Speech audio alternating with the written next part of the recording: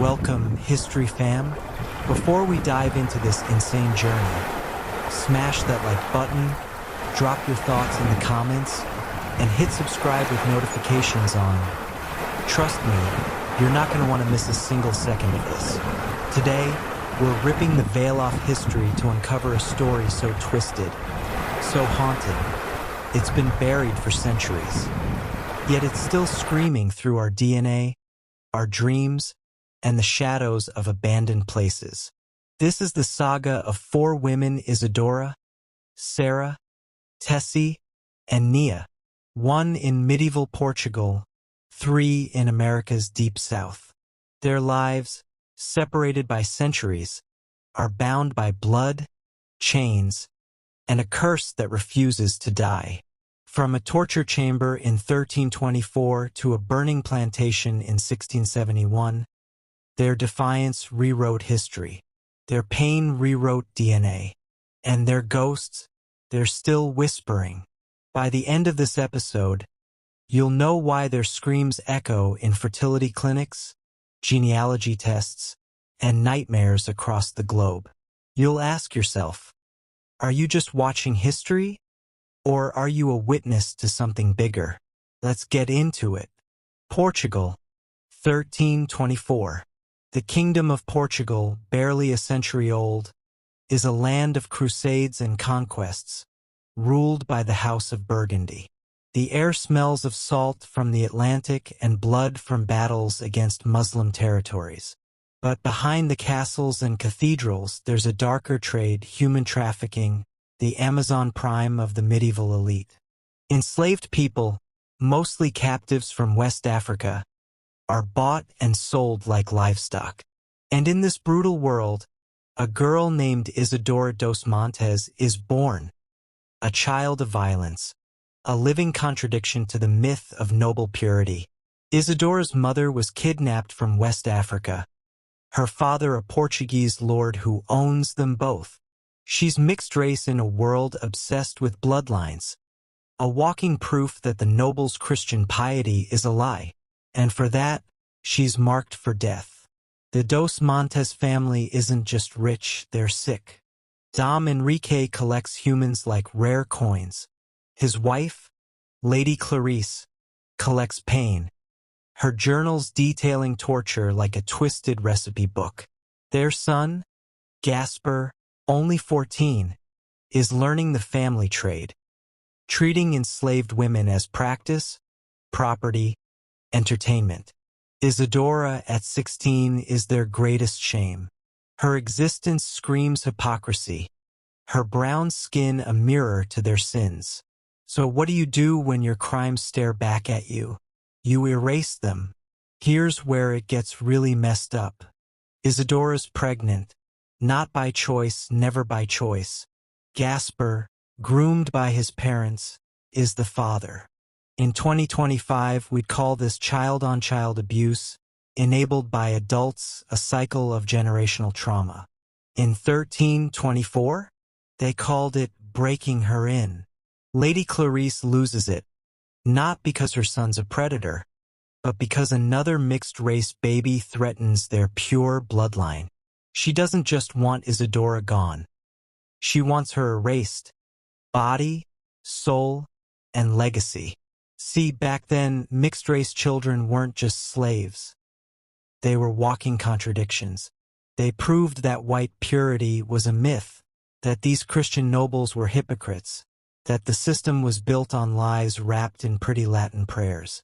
Isadora was living proof that everything they preached was garbage. So what do you do when the evidence of your crimes starts looking too much like your victims? You erase the evidence. The records are buried in the church archives, brittle pages hidden behind a false panel, as if the truth itself was cursed. The ink was faded, but Clarice's words cut through time, sharp and unyielding. She didn't just kill Isadora. No, that would have been too simple, too human. Clarice studied her, like a predator dissecting prey, in a hidden chamber beneath the chapel where the air reeked of iron and despair. Pay attention, you might feel the chill of those pages. the weight of her obsession. Clarice called them purification rituals. The church records, written by a trembling scribe, describe screams that pierced the night, silenced only by stone walls. Clarice's own journals, though, are worse, clinical, almost reverent. She detailed every act of torture with the precision of a scientist. The angle of the blade, the pitch of Isadora's cries, the exact moment her spirit seemed to fracture. Blood, tears, hair. She collected it all, preserving vials of crimson, locks of matted strands, even smears of salt from dried sobs. She labeled them, dated them, arranged them on a crude altar like offerings to a god only she understood. Modern psychologists would call it sadistic dehumanization, a mind so twisted it strips its victim of personhood, reducing them to data, to objects. Clarice saw it differently. To her, this was divine work, a holy experiment to purge sin from flesh. She wrote of Isadora's pain as if it were a sacrament, each whimper a step closer to salvation.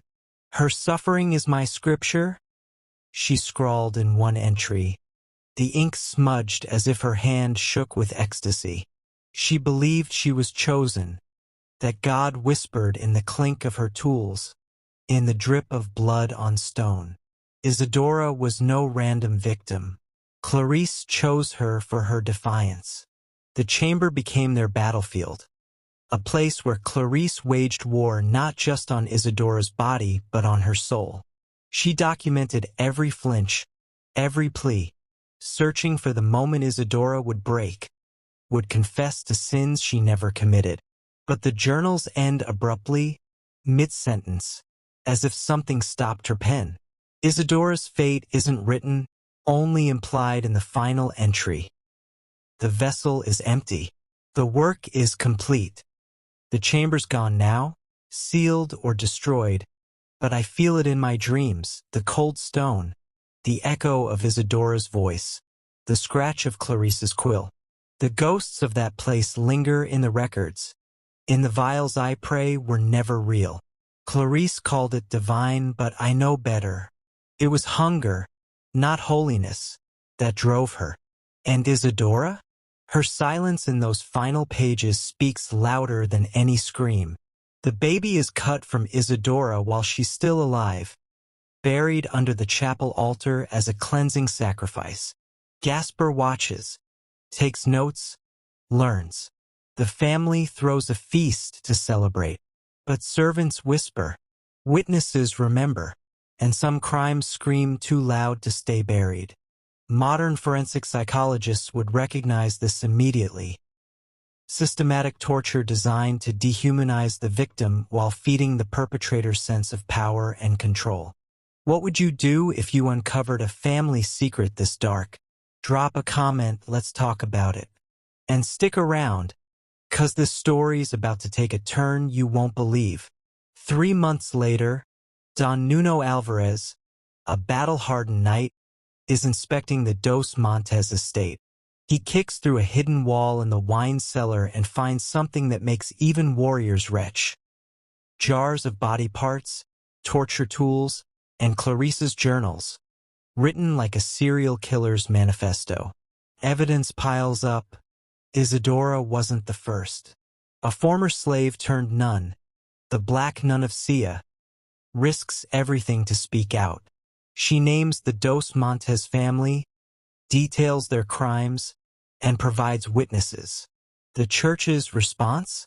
They torture her for false witness and burn her testimony. Why?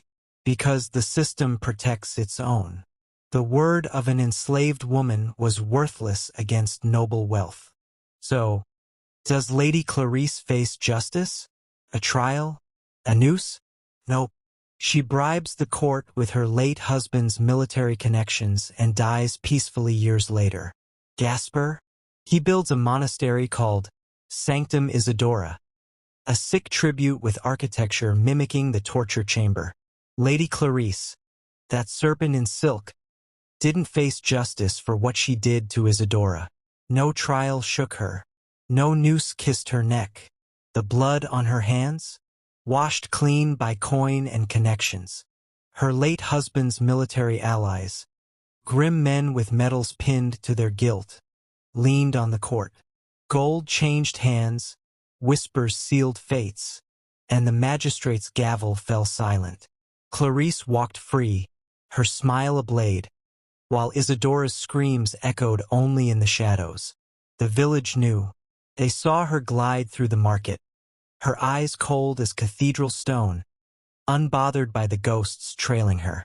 She lived years after, dying old and peaceful in her manner, surrounded by tapestries and the stench of her secrets.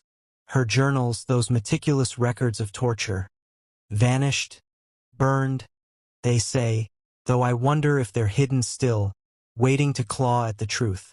The church stayed quiet, its coffers heavier for her donations. Justice? It was a word for the poor. And Gasper, her twisted disciple? He didn't fade into shame. No, he built a monument to their sickness. A monastery called Sanctum Isidora. The name alone was a mockery, a knife twisted in the memory of her pain. The architecture was no accident. Arched doorways mimicked the chamber's entrance where Clarice worked her purifications. Stone carvings, subtle but unmistakable, traced the curves of manacles, the angles of racks. The altar, they say, stood over a sealed crypt, though no one dared open it. Gasper claimed it honored repentance, but I saw it for what it was. A tribute to their shared obsession, a temple to pain dressed in holy robes. The monks who lived there spoke of visions, blood pooling in the cloisters, screams woven into the wind. They abandoned it within a decade, but the sanctum still stands, crumbling, defying time like Clarice's unpunished sins. I stood at its gates, feeling Isadora's presence, her rage a pulse in the earth. Clarice died easy, Gasper died revered, but Isadora's story lives in the stones, in the ghosts that won't rest. Justice may have failed her, but her spirit doesn't kneel. Ever been betrayed by a system that should have protected you? Share your story in the comments. And hold tight. Hour 3's gonna blow your mind with a twist no one saw coming. What if I told you Isadora's baby survived? A child matching her description, mixed race with striking eyes, appears in West African oral histories. Modern DNA tests in Portuguese, Senegalese, and Afro-Brazilian populations show unexplainable markers tied to a single bloodline. Fast forward to 2003, Miami.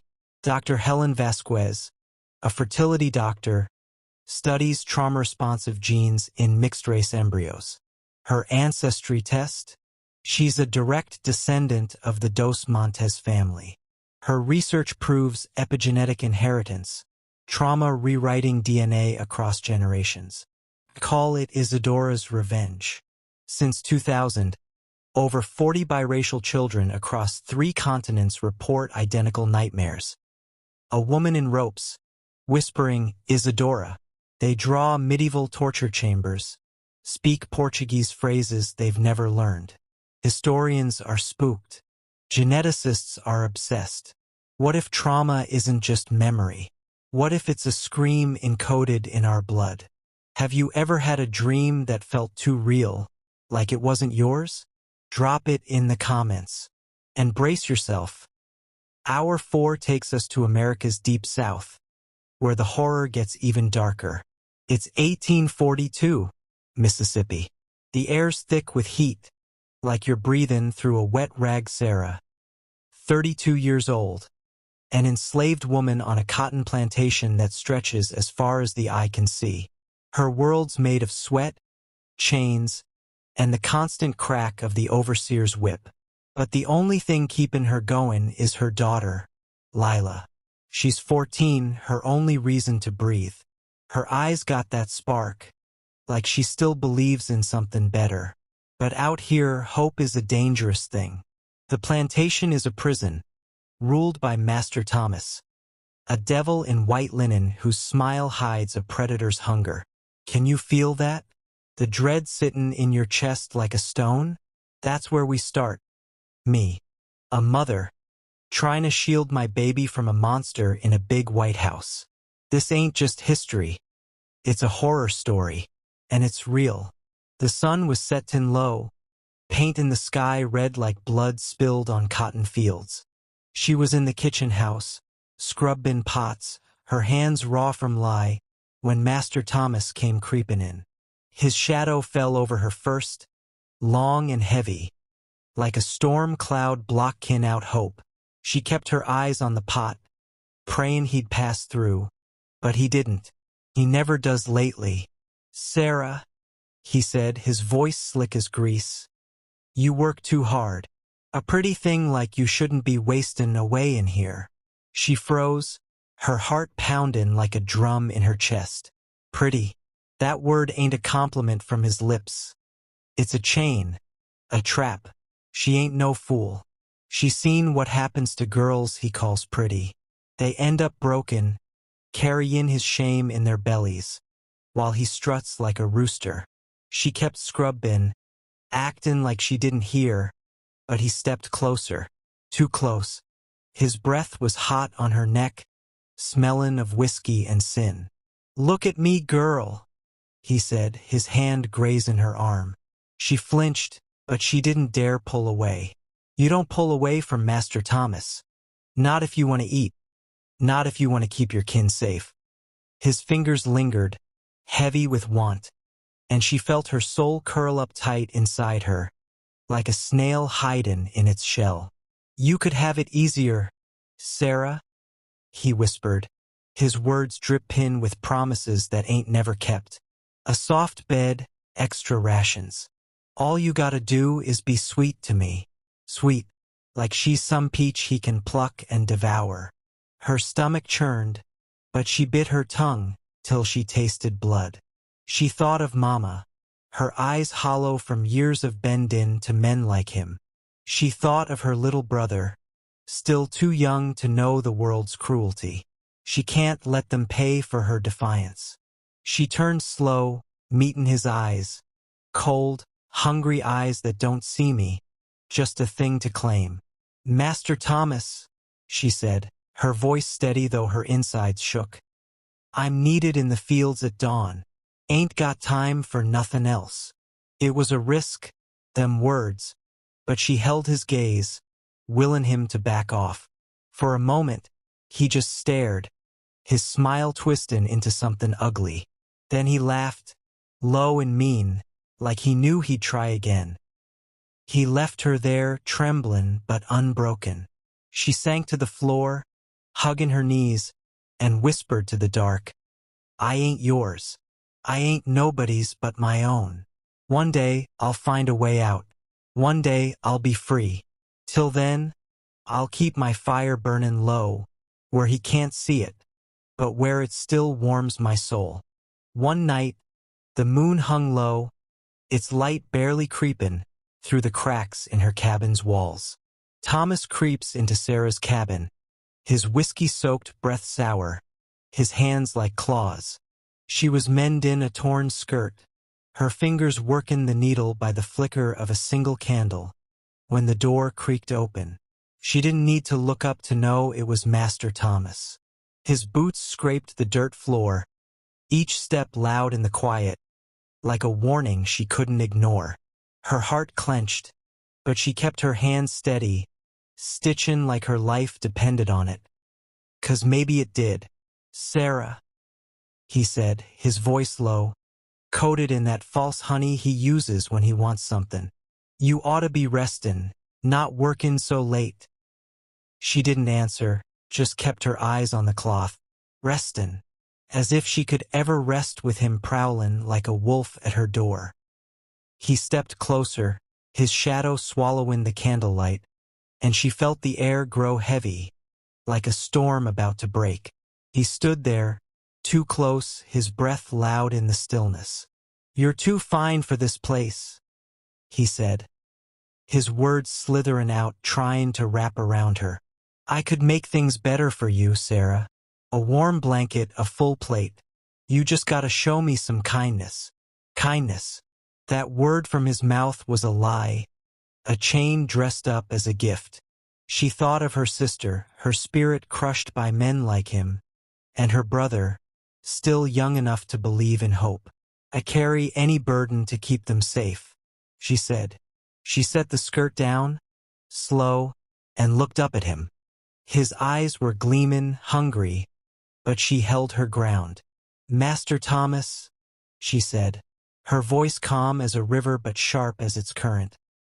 I got work to do come mornin', ain't got no time for nothin' else.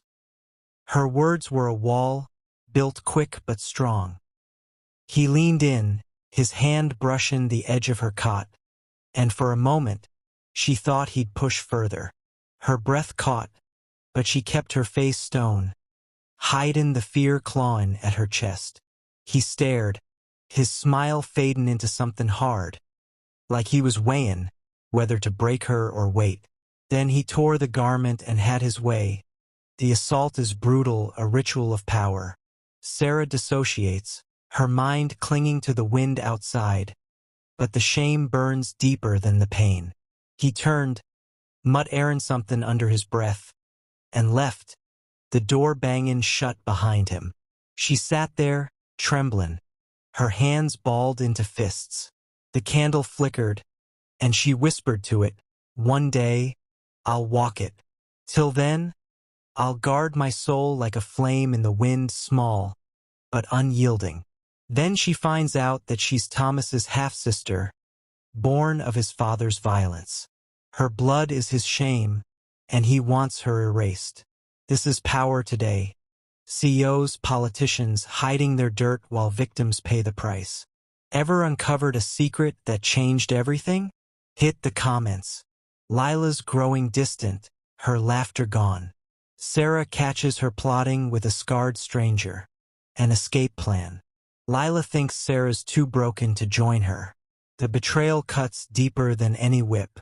Meanwhile, Thomas's gaze on Lila grows predatory, a mirror of his father's sins.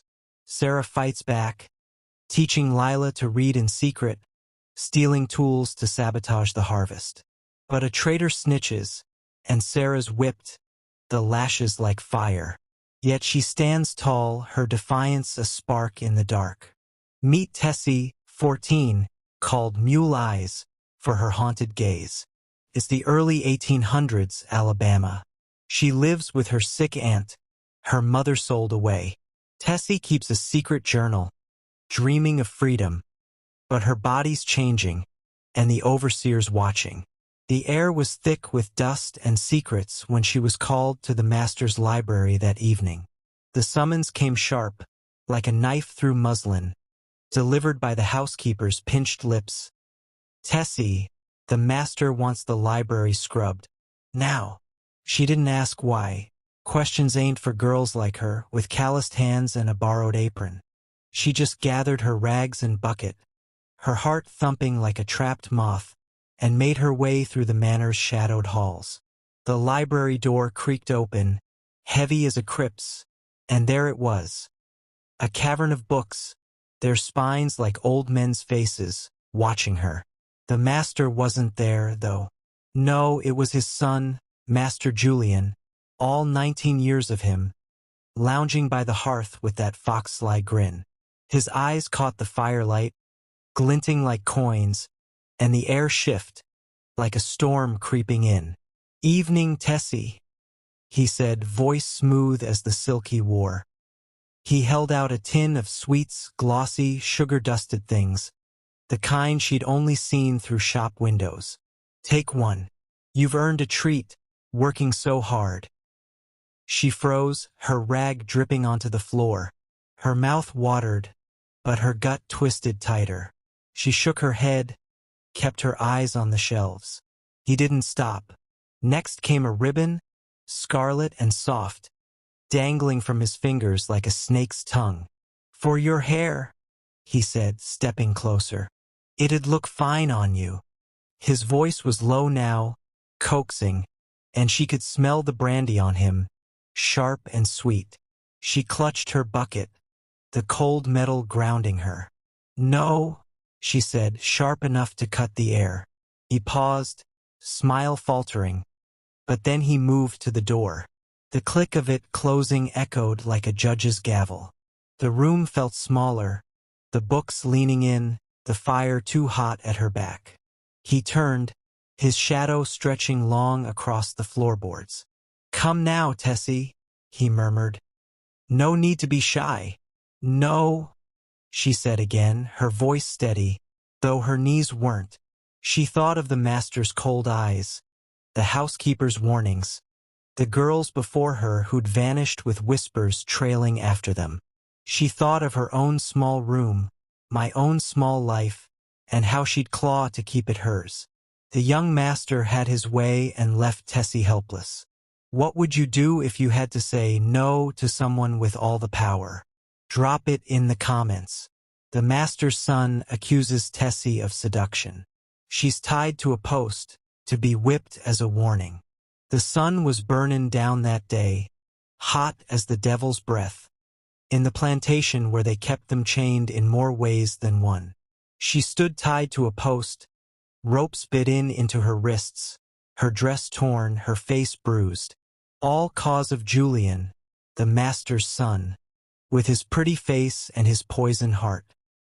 He pointed at her, told the crowd she tried to seduce him, like she'd ever want his hands on her. She told him the truth, how he wanted her, how she said no. But truth don't mean much when you're property. The overseer, big and mean, cracked his whip on the ground, said she'd get 10 lashes to learn her place. She braced herself, looking at the horizon, refusing to beg. But then Elijah, sweet Elijah, just 18 and all fire, pushed through the crowd. He yelled for him to stop, called Julian a liar. Her heart sank. She knew what was coming. Julian sneered, told the overseer to tie him up instead. Elijah looked at her, said somebody's got to stand for what's right. They bound him to a post next to her, and that whip came down hard. Each crack tore into his back, blood seeped in through his shirt. She screamed for him to stop, but Elijah didn't make a sound, just kept his eyes on hers, giving her strength. 10 lashes, and he was barely standing, breathing heavy, but alive. She wanted to hold him, to thank him, but they grabbed her, dragged her away while she shouted his name. They threw her in the cellar, locked the door tight. It was dark, damp, the air thick with the ghosts of others. Moonlight slipped through a grate, showing the walls, covered in scratches, nail marks from girls before her, each one a cry they couldn't voice. She ran her fingers over them, feeling their pain, their fight. She whispered to herself, to them, that she ain't just another mark on this wall. She'll be the last. She swore it. The air in the cellar was thick with damp and despair, the kind that clings to your bones and makes every breath feel like a theft. Tessie crouched in the corner, her fingers trembling as they clutched the splintered chicken bone. It was sharp enough, just barely, to etch her truth into the rough stone wall. The plantation above her creaked under the weight of its own sins. Centuries of cruelty soaked into the floorboards, the fields, the very air. But down here, in the dark, Tessie was writing her rebellion. Her story wasn't long, but it was hers. Each scratch of the bone against the wall was a defiance, a scream that no one would hear but the earth itself. Born free, chained here. I am Tessie. I will not break. The words were uneven, jagged like her heartbeat, but they were hers, carved deep enough to outlast the chains that bound her wrists. She didn't know if anyone would ever find them, but that wasn't the point. The act of writing was her fire, her spirit burning brighter than the torches that lit the overseer's rounds. She'd heard the whispers from the others, tales of storms brewing, of skies that growled with the anger of ancestors. Tessie believed them, not because she was naive, but because she felt it too, in the way the ground hummed beneath her bare feet. in the way the air seemed to tighten like a coiled spring. Something was coming. She carved faster, her knuckles bleeding, the bone nearly snapping under the pressure. They will know I was here. That night the heavens split open. Lightning tore through the sky, a white-hot blade slicing the darkness. It struck the plantation's main house, where the master slept on sheets stained with greed. The fire was instant, ravenous, as if the storm itself had been waiting to unleash its fury. Flames devoured the wooden beams, the curtains, the lies that held the place together. Shouts echoed. Panic, chaos, the sound of power crumbling. The cellar door rattled, but no one came for Tessie. When the smoke cleared and the ashes settled, they found the cellar empty. The chains lay in a heap, unlocked but untouched, as if they'd simply fallen away. The wall bore her words, stark and unbroken, glowing faintly in the dawn's light. Tessie was gone. Some said she'd burned with the plantation, her spirit rising with the smoke. Others swore they saw her silhouette against the storm, walking free into the night. The truth? No one knew. But the words on the wall remained, a testament to a spirit that no fire, no chain, could ever hold. Ever felt like your voice was your only weapon? Share below. Virginia, 1662. Nia, 16, steps off the São João Bautista, her wrists raw from shackles. The transatlantic slave trade has stolen 12.5 million lives, and Nia's one of them. The plantation awaits, ruled by Master Grayson, whose gaze is a predator's. The plantation was a beast, its pulse throbbing in the creak of warped wood and the rustle of tobacco leaves under a moonless sky. I'd seen it chew up souls, spit them out as husks. But Nia was different. She carried a quiet fire, even as Grayson tried to snuff it out. I watched it all, helpless, my own spirit tethered to this cursed land, one of the many ghosts who couldn't leave. Grayson didn't just work Nia in the fields, dawn to dusk, her hands bleeding from the thorns. No, he broke her in ways the sun couldn't witness. Night after night, he'd drag her to his room, the door slamming like a gavel. It was a ritual of power, his cruelty etched into her skin, her silence louder than any scream. The law of Virginia's slave codes, those cold, ink-stained decrees, backed him. They said her children, even the ones he sired, would be slaves, their futures chained before they drew breath. I saw the weight of it in Nia's eyes, the way they dimmed when she touched her belly, knowing what awaited. The plantation was alive with us, the ghosts of women who didn't survive Grayson's kind. We whispered in the shadows, our voices weaving through the cracks in the walls. Clara, who drowned herself in the river. Bess, who bled out under his whip. Mary, who just stopped breathing one night. We tried to reach Nia, to tell her she wasn't alone, but the living rarely hear the dead. Still, I saw her pause sometimes, head tilted, as if she felt us brushing against her spirit. Nia worked in silence, her hands steady as she plucked leaves, but I knew her heart was a storm. Grayson thought he'd broken her, thought her bowed head meant surrender. He didn't see the way her fingers curled into fists when he passed, or how she stared at the horizon like it held a promise. We ghosts saw it. We knew. One night, as he dragged her toward that room again, I swear I felt the air shift, heavy with something older than the plantation, something that made even us restless spirits tremble. Nia's fire wasn't gone. It was smoldering, waiting. And when it caught, I knew this place would burn. Grayson doesn't just work Nia, he breaks her. Night after night, he drags her to his room. The assault's a ritual of power. The law of Virginia's slave codes says her children will be slaves, even if he's the father. The plantation's alive with ghosts, whispering of women who didn't survive. Ever felt trapped by a system bigger than you? Tell us in the comments. You won't believe how it ends. The year is 1671. The Virginia plantation breathes cruelty, its tobacco fields soaked in sweat and blood. Nia's eyes, once bright, now burn with a different fire. She's done. Done with Grayson's hands, his whip, his law that chains her unborn children to this hell. The ghosts of this place, women broken before her, whisper in the wind, urging her on. She listens. Nia moves like a shadow, gathering the women in the dead of night. Sarah, whose back is a map of scars. Lila, barely 16, already hollowed out. Rose, who hums spirituals to keep her soul alive. They meet in the root cellar, their whispers sharp as knives. Nia speaks of rebellion, of fire, of freedom, of tearing Grayson's empire down. The women nod, their fear swallowed by resolve. They plan to burn the fields, to slip into the night while the flames distract the overseers. But Grayson's no fool. His spies, slaves broken into betrayal, carry whispers to his ear. He smells the rebellion before it sparks. That night he storms the quarters, his men dragging Nia and the others to the yard. The air chokes with dread.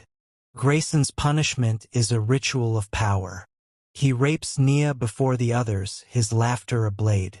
The whip follows, slashing skin, breaking bones. Sarah screams. Lila weeps. Rose's hymns falter.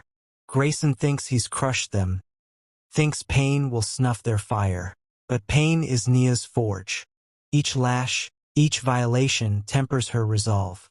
She lies in the dirt, blood pooling, but her spirit roars. The ghosts surround her, their voices louder now, chanting her name. Days pass. Grayson grows smug, believing the rebellion dead. He's wrong. Nia's plan lives, whispered through the fields, carried by those still standing. One moonless night the women strike. Torches flare in the tobacco fields, fire racing through Grayson's wealth. Chaos erupts, shouts, gunfire, the crackle of flames. In the madness, Nia leads the escape. Dozens vanish into the swamp, their chains left behind like shed skin. Grayson's empire crumbles, his fields ash, his power smoke. He stands in the ruins, screaming her name, but Nia's gone, free, or maybe something more. The ghosts linger, watching, their whispers now a song of triumph. Nia's pain became her weapon, and with it, she burned a world down. Nia saves her daughter, Amara, pushing her to a boat in the swamp.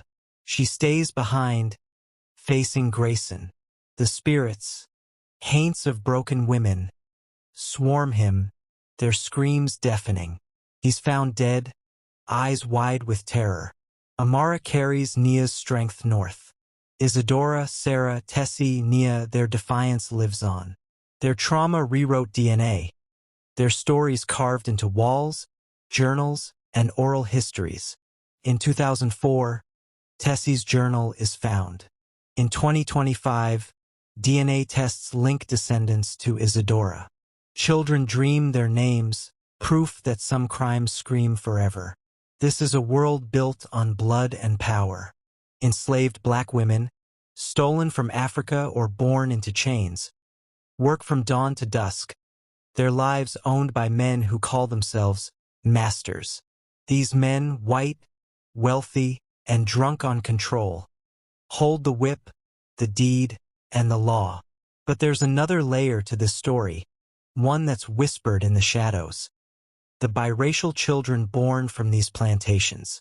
Kids with skin lighter than their mothers, eyes that mirror their fathers, and lives caught in a brutal tug-of-war between two worlds that don't want them. Let me paint you a picture. The plantation mistress, let's call her Eliza, sits in her parlor, fanning herself with a lace fan, her dress starched and pristine. She's the queen of this house, or so she thinks. But every time she looks out the window and sees a child with her husband's jawline playing in the slave quarters, her world cracks a little more. These kids, they're living proof of her husband's betrayal, a walking insult to her status. And the enslaved mothers? Women like Ruth, who carry the weight of rape, shame, and survival, knowing their children will never be free, no matter how light their skin. This story ain't just about history. It's about power, who has it, who craves it, and what they'll do to keep it. It's about the human cost of a system that turned people into property and love into a weapon. And yeah, it's about horror, the kind that lingers in the bones of a nation. Let's meet our players. First, there's Ruth, an enslaved woman, maybe 25, with calloused hands and eyes that have seen too much. She was born on this plantation. Her mother sold away when she was a child. Ruth's got a fire in her, but it's buried under years of survival. She knows the master, William, watches her when she works in the fields, his gaze like a snake coiling around her. She's heard the stories, how he visits the quarters at night, how resistance means a whip or worse. When she bears his child, a boy named Jonah with hazel eyes, she loves him fiercely but dreads what his life will be. William, the master, is a man of contradictions. He's charming at the county ball, quoting scripture to justify his wealth, but in the dark, he's a predator. His power comes from owning land, owning people, and bending the world to his will. Psychologically, he's driven by entitlement, a belief that everything on this plantation, including Ruth, belongs to him. But there's a flicker of guilt, too, buried deep. When he looks at Jonah, he sees his own face, and it unsettles him. Does he acknowledge the boy, claim him, or cast him out to protect his honest family? Eliza, William's wife, is the wild card. She's 30, raised to be a proper Southern lady, but her heart's a battlefield. She's humiliated by William's affairs, enraged by the biracial children who mock her status, yet powerless to change it. Her psychological motivation is a toxic mix of jealousy, shame, and desperation to reclaim control. She can't lash out at William.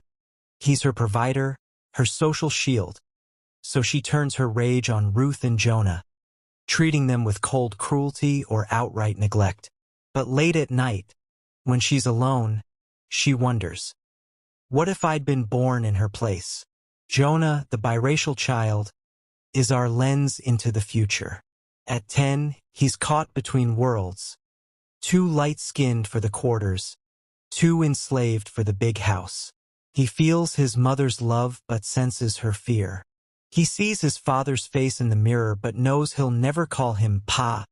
His stakes are survival and identity. Who am I in a world that hates what I am?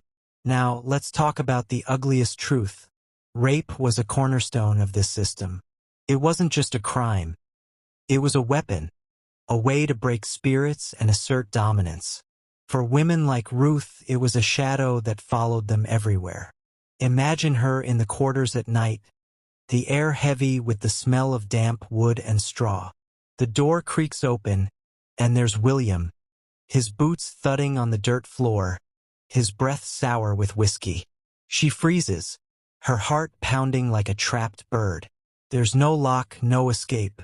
The other women in the quarters turn away, silent, because speaking up could mean death.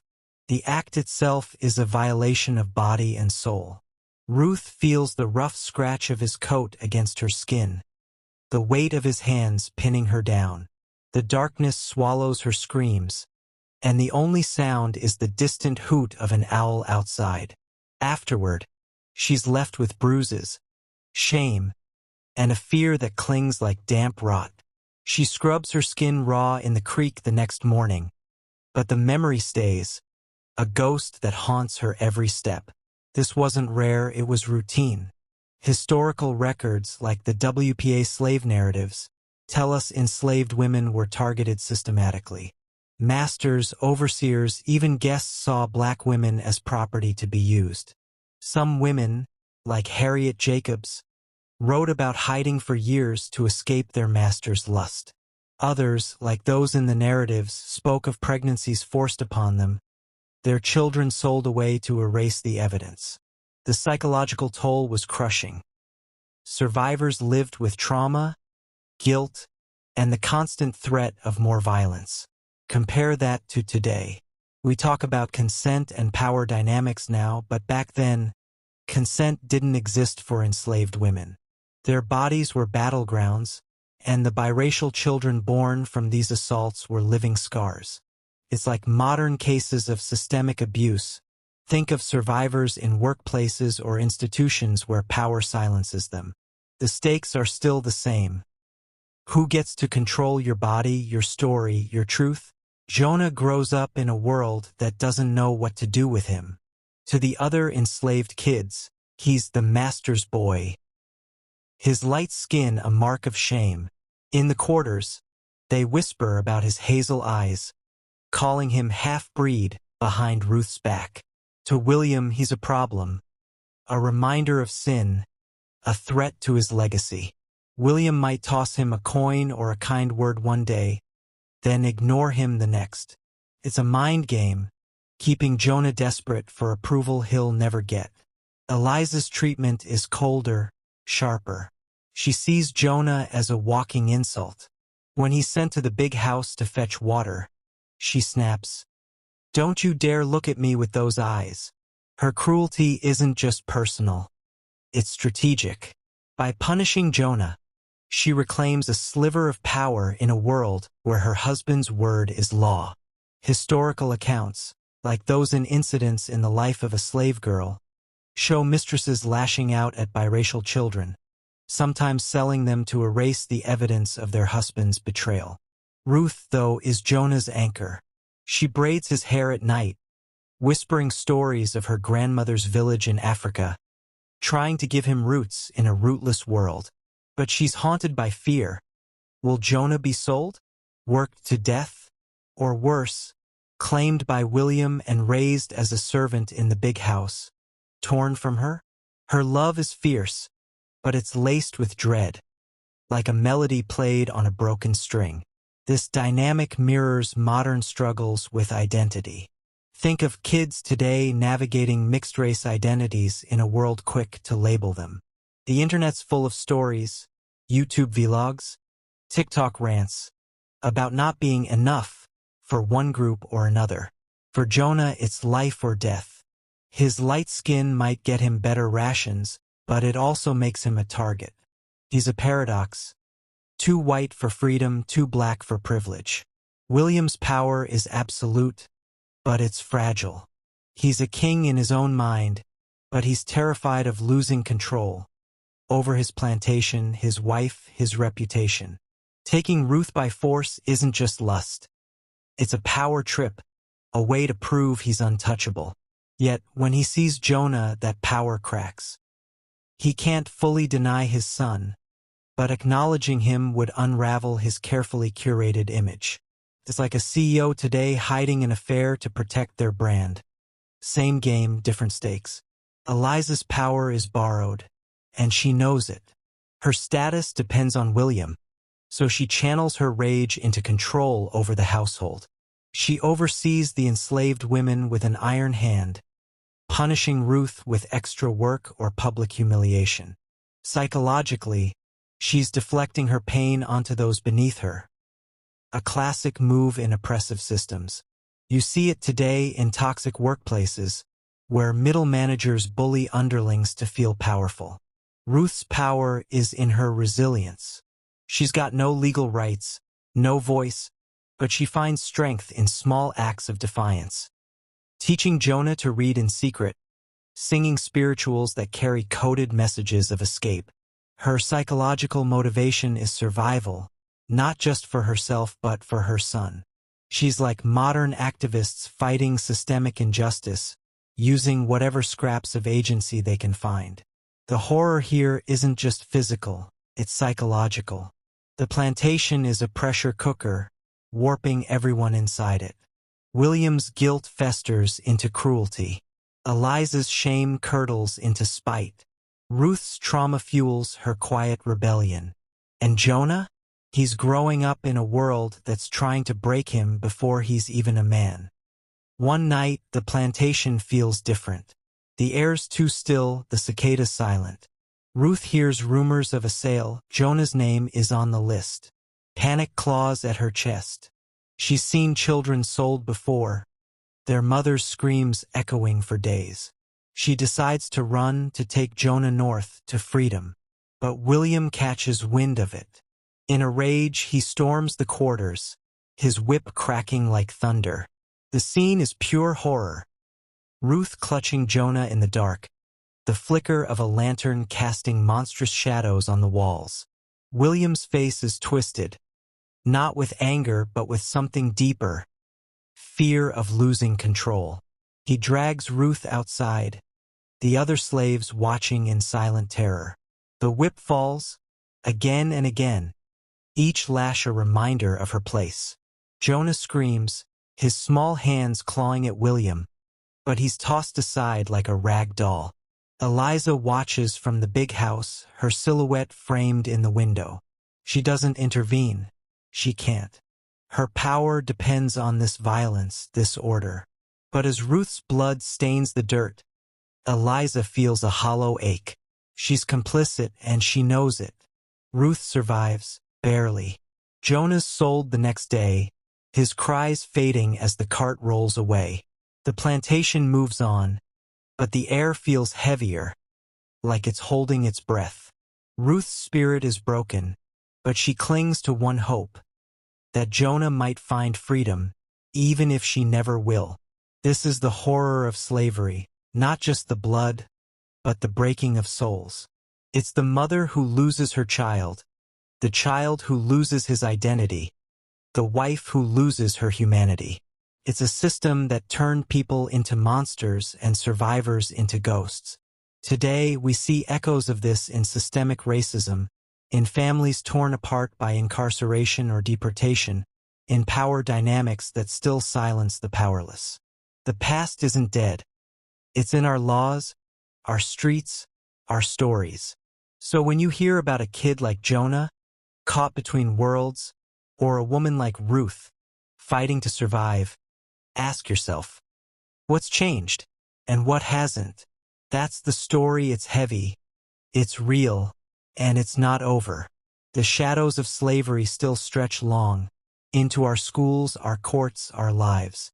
If you feel their pain, their fire, you're not just watching, you're a witness. Maybe you're proof that justice isn't a courtroom. It's truth that won't stay buried. Drop a comment. What's a story in your family that echoes through time? Like, share, subscribe to keep these voices alive.